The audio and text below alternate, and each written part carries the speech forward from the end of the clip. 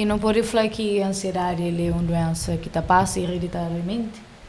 Mas não tenho visto, não tenho visto aquela coisa lá, tipo, e grávidas, que passa-se gestação inteira com estresse, num pico de estresse, e filho está nasce, mesmo criança já te apresenta sintomas de estresse, de ansiedade, de a cabeça se te doer. Então, deve ser, tem alguma relação de grávidas, tá passa aquela coisa para filho, e filhos às vezes tá cria que nem sabe se foi isso ou não. Existe isso? Sim, se calhar nem só com ansiedades, com a sua ansiedade, se calhar não pode falar de tudo que os traumas. Como de nós na Cabo Verde, eu estou falando de senso comum, tinha pessoas que pensam, mas coisas que aconteceram no passado, está falando, já passa, nem que se lembra dele mais, mas que também influenciou na futuro ou gosta ali. Eu falei, não, é uma coisa que tem o tempo, porque ela nem se lembra dele mais. Ou bom mesmo, tá, chama aquela coisa já estava resolvido. Então, sabe, aprende o curriculano nesse ponto. Mas, você pensa, a hora que pessoas começam a falar dele, você pensa, ou te dispara alguns gatilhos que se calhar você fala, não, foi um trauma lá atrás, ou foi uma coisa que acontecia muitos anos, que se calhar se aponta tem certos comportamentos hoje. Então, mori que ela tem influência diretamente na nossa. Como é que funciona isso? Olha, que ali acho que nós acerta na pergunta para uma querer a origem de todos os traumas, a origem da ansiedade e outras situações emocionais que não podem viver no dia a dia. Durante a gestação é uma fase muito delicada para a mulher, e hoje a neurociência estuda sobre que nós, como ser humano, não te registra muito a química. É a química. Aquele que nos sente, por exemplo, aquele que mais sente durante a gestação, é aquele que, mal como por falou, aquela criança é também dele. Então, vou fazer um retrospectivo muito pertinente nesse momento. Vou ter uma mãe que, durante a gestação, seu companheiro abandonou. A gravidez foi de muito risco. Ela passou por uma situação de stress. Mas aquela criança vivencia tudo que ela é. Ela vivencia tudo que ela é. Então, que ela já está registrado na sua memória, no seu corpo, tudo que a memória está. E aí o menino nasce com os 2 primeiros anos de vida. Os 2 primeiros anos de vida é aquela parte fundamental. Como aquele bebê, aquele recém-nascido, ainda ele é completamente desprotegido. Ele precisa de amparo de mãe e de pai. Mas provavelmente está faltando amparo de pai. É que tem. Lá ele começa a sentir um vazio enorme, que ele começa a trazer insegurança. Então, ela é aquela criança que te cria, que te vai na escola e que te sente nunca seguro. Como é que tive presença de pai. E de hoje, até no final de semana passada, no workshop, que os homens que estavam falaram, olha, por favor, meus pais e meus filhos, meus menino na perna, hoje ela não hoje, falar que botar mano. Mas não só para falar assim, de boca para fora, não. Fazer sentir que ela é. Transmitir o amor. Para modo, lá você tem aquele menino com confiança. E tem estudos hoje que estão mostrando para modo que os meninos lá são mais inteligentes na escola, são mais confiantes, são mais determinantes em tudo. Para modo, eles têm figura masculina. Mãe é cozer, mãe é energia de proteção. Mãe de protege.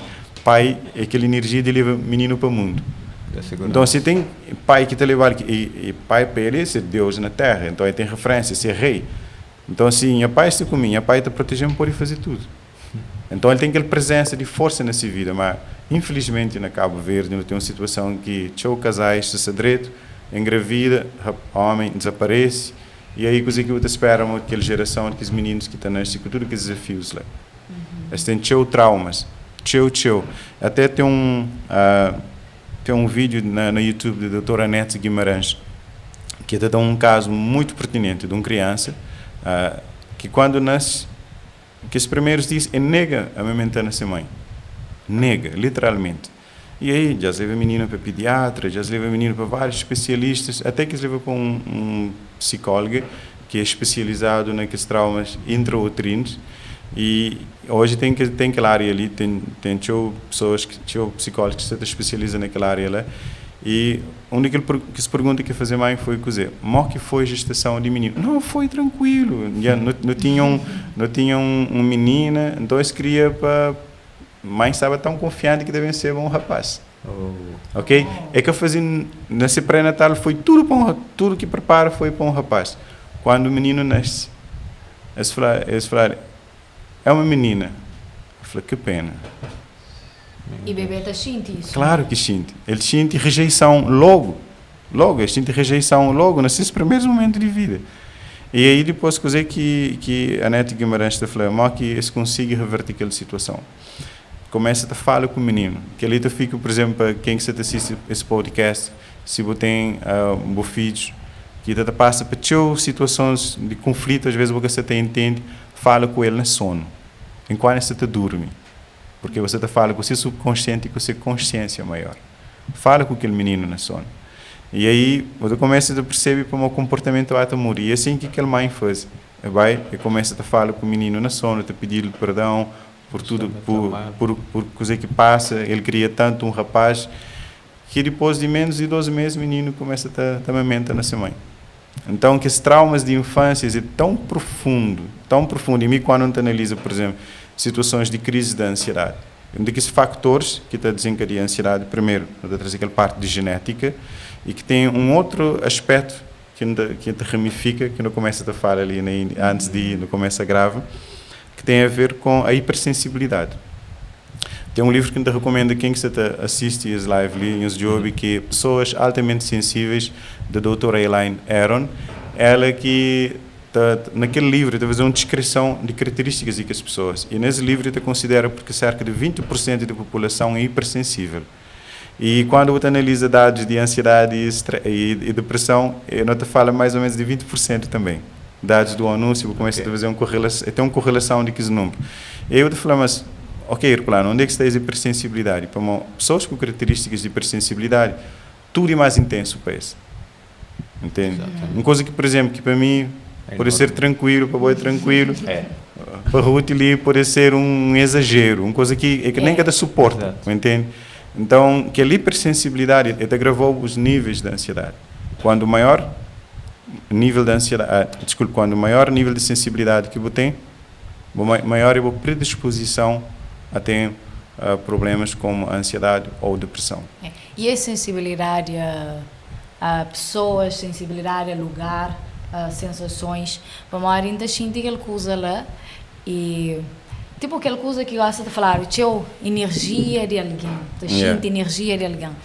E me sempre ainda sente aquela coisa lá. Também uma pessoa, por exemplo, na minha frente e na minha subconsciente, ainda sente tipo se aquele alguém é confiável para mim, para estar junto com ele ou não. E às vezes está ficando na cabeça, como que você consiga aproximar daquele alguém? Será que alguma coisa? Mas tipo, dentro de alguém, você sente, mas tipo, aquele alguém que te combina com o bom, ou que te sente seguro na celular, e hoje com aquela conversa ali, abre uma mente, uma cozinha, aquela coisa de espírito de alguém que te combina com o bom. Olha, para você ter uma ideia, no sul tem um campo áurico, ou um campo eletromagnético, uma hora que é conhecido na ciência.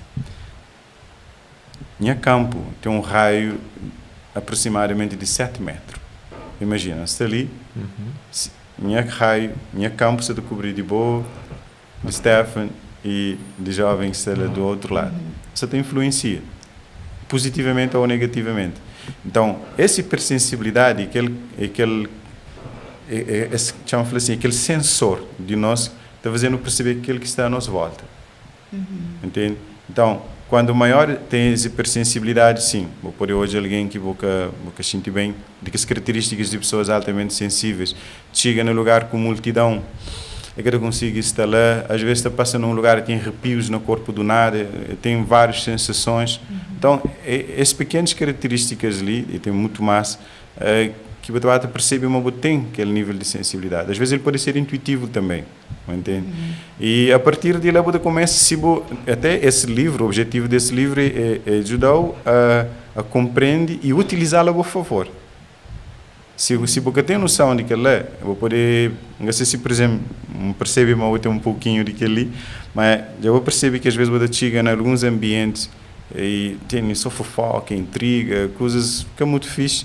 Você começa a ter você, já te sente o corpo, que sabe, e você sai. Certo? O que aconteceu aqui ali? Exatamente isso. Exato. Então, aquele bocejo, ele é uma das características do corpo que você está falando. Ali você está ser drenado energeticamente. É, tipo, Ok? está suga o bem. Mas vou poder ser diferente. Vou poder sair de casa, vou encontrar, vou caçar muito direito. Eu vou chegar num grupo de amigos que estão com uma vibe, sabe? São coisas fixas. Eu começo a ter bocejo e vou sentir bem depois. Então, o bocejo nem direito nem mareado. Ele é um indicador de ambiente que você está. Então, essa parte de hipersensibilidade a partir de hoje, quando eu chego num lugar, procura sinto. E me entendeu desse também.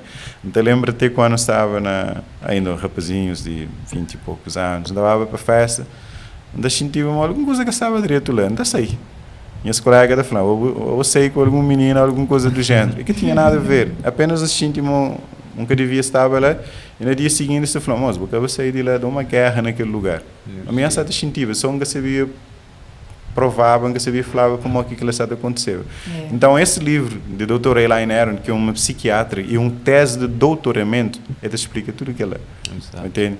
E essa hipersensibilidade, ele sim, é poder levar a sofrer mais com a ansiedade, levou à depressão também. Exato.